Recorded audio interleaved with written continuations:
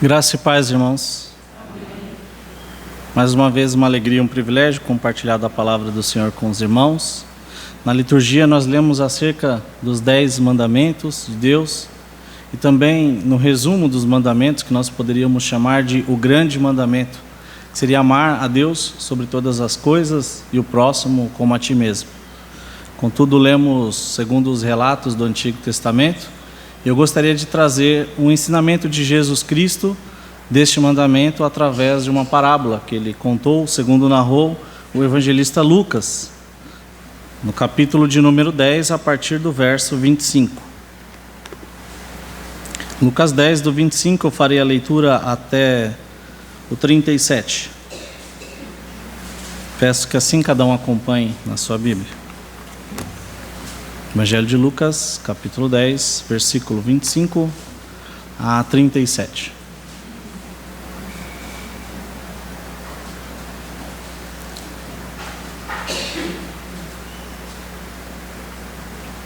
E eis que certo homem, intérprete da lei, se levantou com o intuito de pôr Jesus à prova e disse-lhe: Mestre, que farei para herdar a vida eterna? Então Jesus lhe perguntou: que está escrito na lei? Como a interpretas? A isto ele respondeu: amarás o Senhor teu Deus de todo o teu coração, de toda a tua alma, de todas as tuas forças e de todo o teu entendimento. E amarás o teu próximo como a ti mesmo. Então Jesus lhe disse: respondeste bem, corretamente, faz isto e viverás. Ele, porém, querendo justificar-se, perguntou a Jesus: quem é o meu próximo? E Jesus prosseguiu dizendo: certo homem descia de Jerusalém para Jericó e veio a cair em mão de salteadores, os quais, depois de tudo lhe roubarem e lhe causarem muitos ferimentos, retiraram-se, deixando semi-morto. Casualmente descia um sacerdote por aquele mesmo caminho e, vendo-o, passou de largo. Semelhantemente, um levita descia por aquele lugar e, vendo-o, também passou de largo. Certo samaritano, que seguia o seu caminho, passou-lhe perto e, vendo-o, compadeceu-se dele. E chegando-se, pensou-lhe os ferimentos, aplicando-lhes óleo e vinho, e colocando-o sobre o seu animal, levou-o a uma hospedaria e tratou dele. No dia seguinte, tirou 2 denários e os entregou ao hospedeiro, dizendo: cuida deste homem, e se alguma coisa gastares a mais, eu te indenizarei quando voltar. Qual destes 3 te parece ter sido o próximo do homem que caiu nas mãos dos salteadores? E respondeu-lhe o intérprete da lei: o que usou de misericórdia para com ele. Então lhe disse: vai e procede tu de igual modo. Amém. Aqui nós temos Lucas narrando uma discussão teológica que estava acontecendo entre Jesus Cristo e um doutor da lei. Um doutor da lei poderia ser não só alguém que conhecia profundamente as Escrituras, mas também que podia ensiná-la. Era uma pessoa respeitada em meio aos judeus por ter muito conhecimento adquirido acerca disso. E nós sabíamos que eles tinham alguns propósitos. Esses fariseus, quando interrogavam a Jesus Cristo, geralmente queriam testá-lo ou prová-lo. E isso o próprio autor do texto diz no primeiro versículo, que a sua finalidade era provar a Jesus. Fazer com que Jesus caísse em contradição. Afinal, eles os acusavam não só de andar com gentios e comer com eles, mas também de estar se apresentando como sendo filho de Deus. E isso para eles era de fato uma grande heresia. Assim então o testavam. Muitas vezes a gente faz assim para testar algumas pessoas, né? Chega alguém que você desconfia, alguém novo na área, só assim, eu vou fazer algumas perguntas aqui para ver se esse alguém é tudo o que estão dizendo mesmo. E assim faziam esses doutores da lei com aquele que não viria a ser o único a dizer que era o Cristo, mas muitos outros que já tinham se colocado como filho de Deus e não eram o cumprimento da promessa. Este, na visão deles, seria só mais um. Mas aí nós temos Jesus Cristo nesse diálogo, dando sequência ao doutor da lei o perguntar: o que fazer para herdar a vida eterna? Bom, nós já podemos saber, pelo que estudamos, que essa pergunta em si só está errada, porque não é possível fazer nada para herdar a vida eterna. Afinal, o que um herdeiro faz para receber o dinheiro do testamento? Nada. Ele somente é filho, ou parente, ou o sortudo, que o dono deixou o seu testamento e por isso lhe é de direito. E assim também nós já estudamos outras vezes e vimos em outras pregações que a vida eterna nos é dada de graça, não há nada que façamos para que possamos merecê-la. Contudo, esse não era o intuito da história, e sim a continuidade para provar a Cristo. Essa poderia ser a resposta de Jesus, esta mesma que eu lhes dei. Não há nada que precise ser feito, só é necessário crer no Filho do Homem, e assim estão perdoados seus pecados e você está salvo. E o assunto teria acabado. Porém, Jesus Cristo, de forma sábia, percebendo que ele o testava, respondeu uma pergunta com outra pergunta. E geralmente, quando você faz isso, você consegue colocar em xeque quem está te questionando, ou entender melhor o que ele quis dizer com aquela pergunta. E o que Jesus responde para ele? O que dizem as Escrituras? Jogando para ele a responsabilidade como mestre da lei, conhecedor das Escrituras, me diga o que é necessário para o homem fazer para herdar a vida eterna? Você que conhece, me diz então.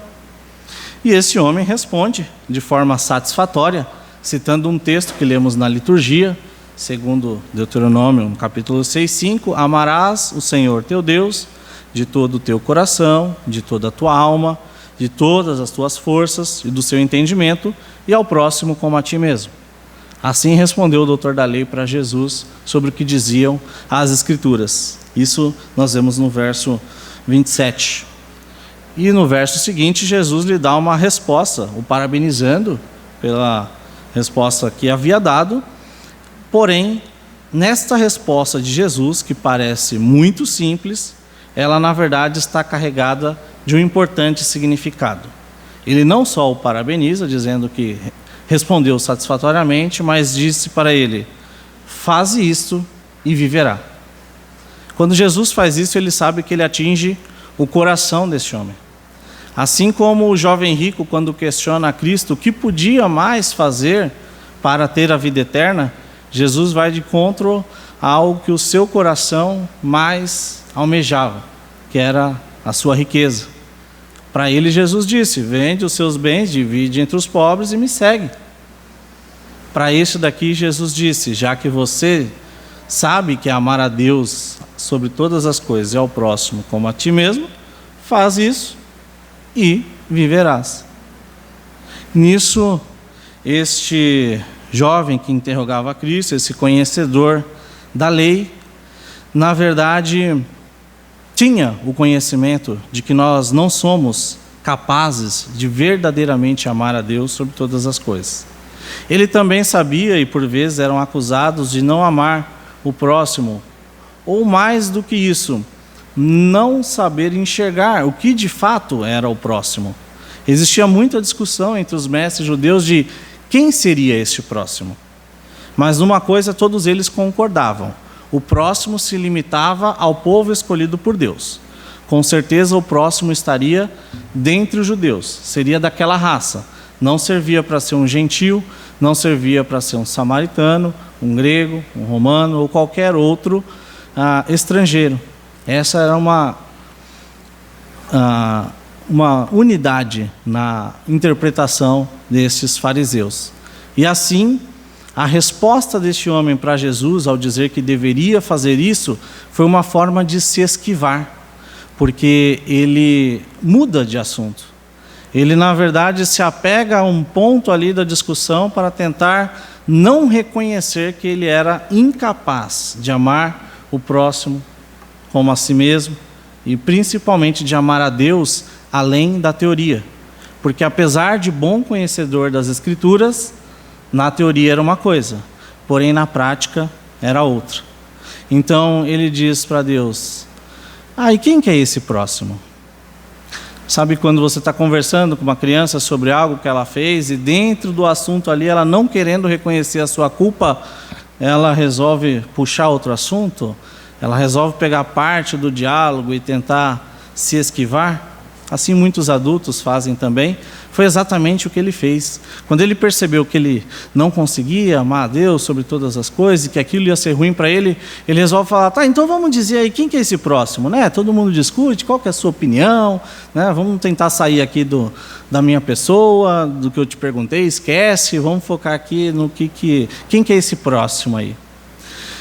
E Jesus Cristo foi muito sábio e continua esse diálogo apresentando a parábola, né? Que nós vamos ver a partir do verso 30 até o verso 35. Como já lemos,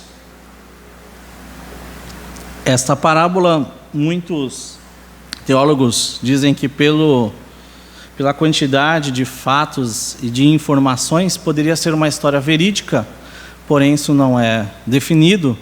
Mas o fato é que Jesus sempre, quando trazia a parábola, trazia um contexto conhecido pelo seu ouvinte, para que aquilo pudesse ser interpretado de forma clara, apesar dele dizer de forma subjetiva. Portanto, alguns dados são importantes que eu dei para vocês que vocês possam entender esse contexto que aquele judeu com certeza entendeu de cara.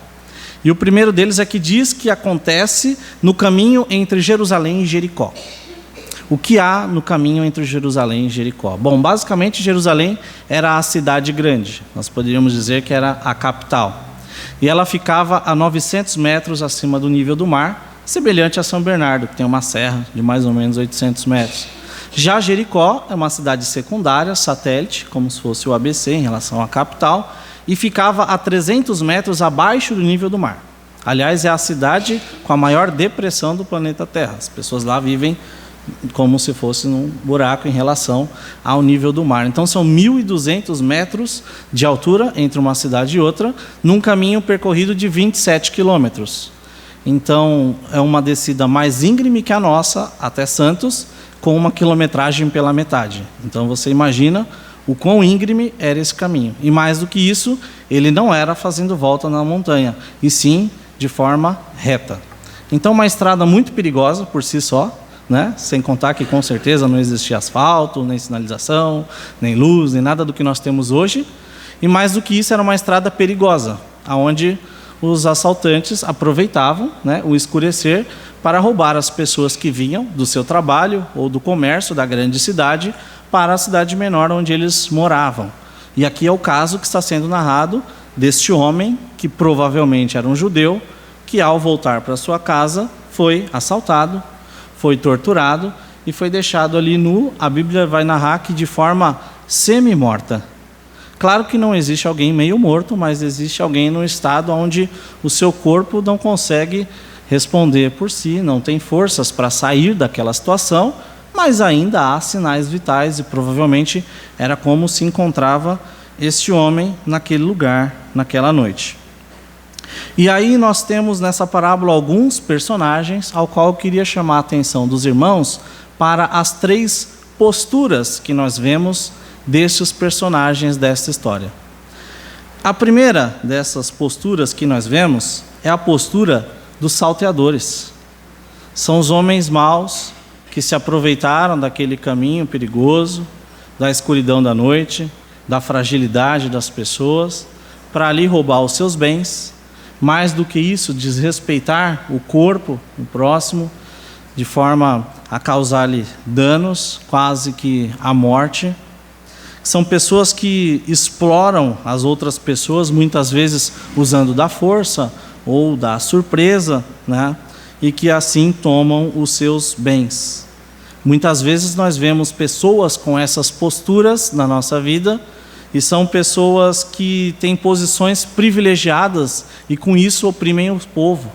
Nós podemos dizer e citar, por exemplo, os políticos, que ao gerirem o dinheiro público, praticam desonestidade e corrupção.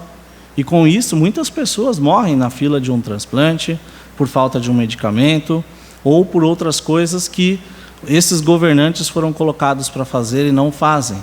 Essa é uma postura de salteador no caminho.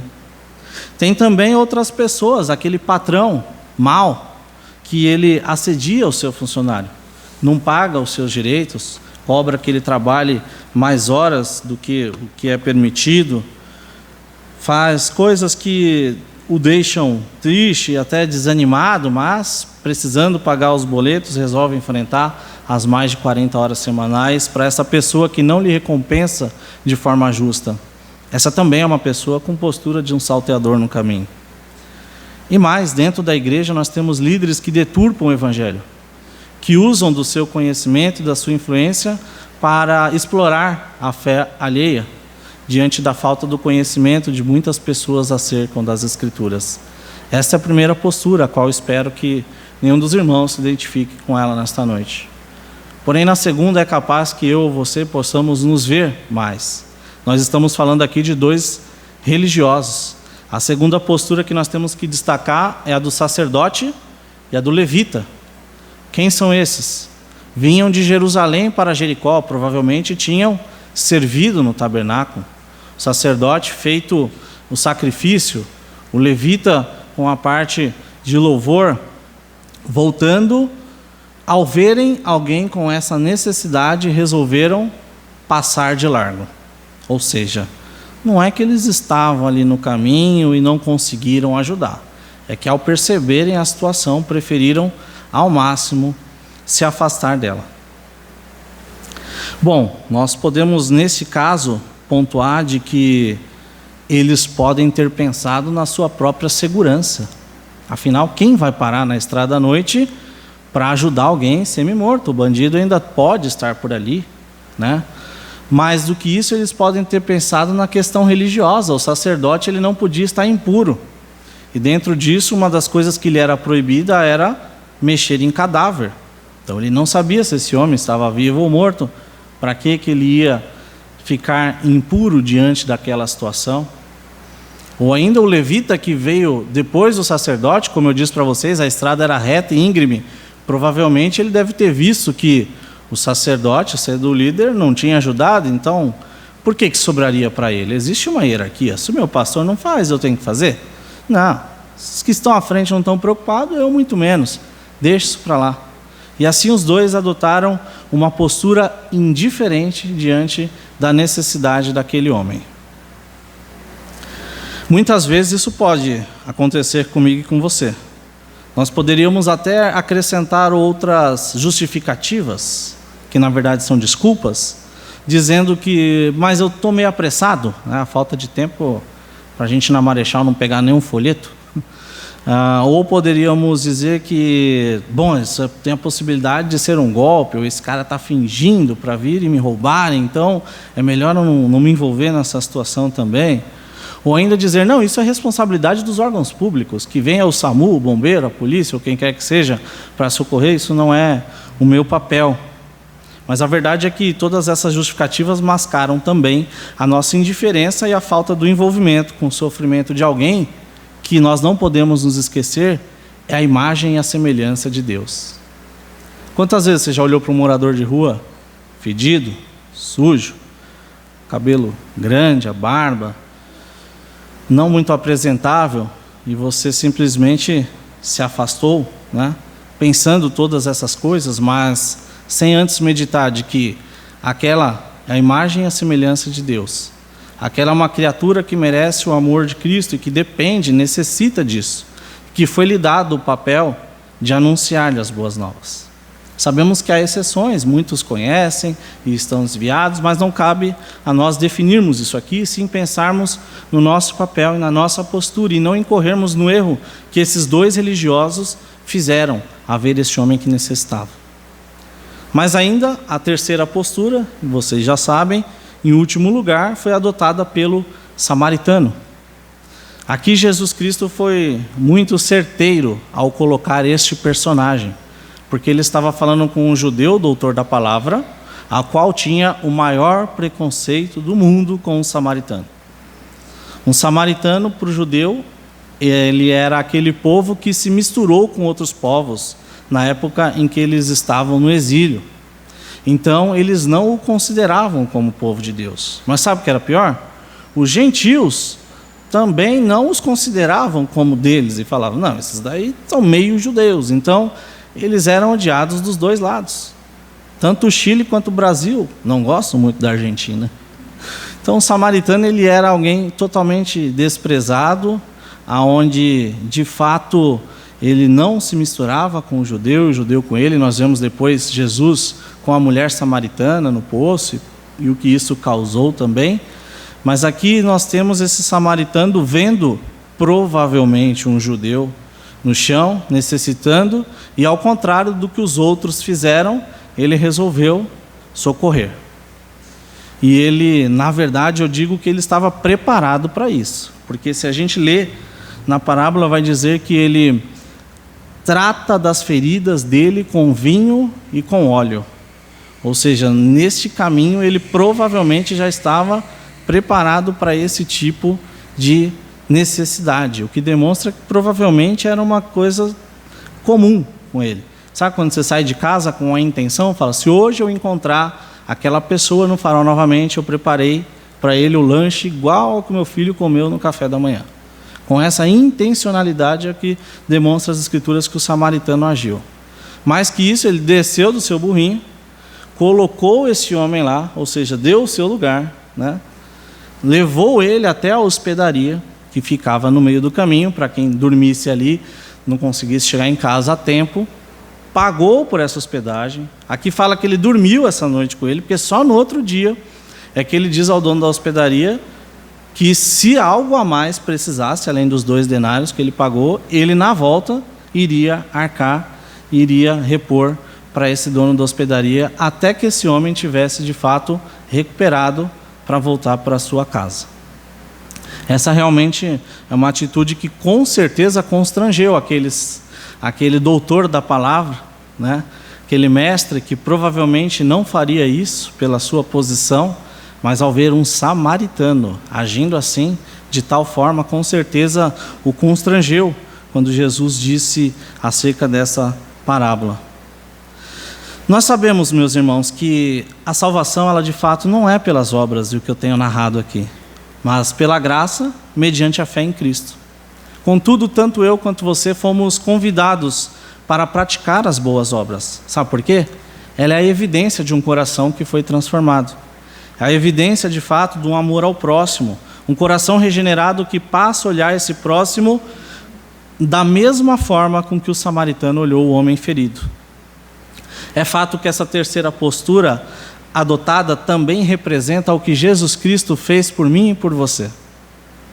Afinal, ele desceu do seu trono, deixou a sua glória para viver entre nós.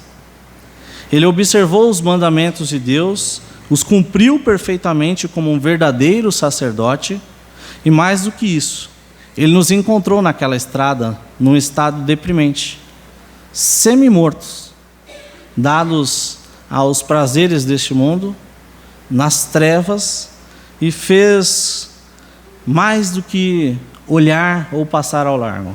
Ele tratou as nossas feridas. Jesus curou aos enfermos nas suas necessidades. Ele nos deu dignidade diante de Deus. Através do seu sacrifício, nós nos reconciliamos com o Pai. E também temos os nossos pecados perdoados e voltamos a fazer parte da aliança eterna com Deus, o nosso Pai. Essa foi a obra de Cristo, muito mais do que acudir uma necessidade momentânea, assim como aquele samaritano fez, acompanhando e arcando com todas as necessidades até a sua volta. Assim fez Cristo. Ele já volta. Porém, neste meio tempo, prometeu o Espírito Santo que estaria conosco, nos consolando, restituindo, no caso, todas as nossas necessidades, as nossas inquietudes, ou qualquer outro tipo de coisa ou gasto que nós teríamos e não poderíamos pagar. Que o nosso Salvador seja o nosso principal exemplo e não o bom samaritano. E que nós nos esforcemos para cumprir os mandamentos de Deus, de amá-lo acima de todas as coisas e ao próximo como a nós mesmos. Porém, que eu e você tenhamos claro nas nossas mentes, diferente daquele doutor da lei, de que nós somos fracos, de que nós somos limitados. Porém, não deixemos que isso seja a desculpa para não trabalharmos a serviço do reino, para não nos desgastarmos na seara do Senhor. E não deixemos que outras prioridades da vida tomem conta e que nós deixemos de amar a Deus com todo o nosso coração, com toda a nossa alma, doando assim o nosso tempo, os nossos dons, nosso talento, a nossa inteligência, para que o seu reino venha sobre nós.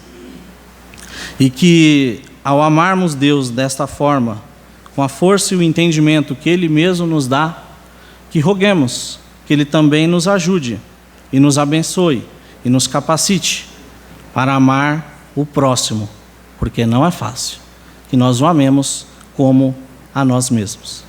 Amém.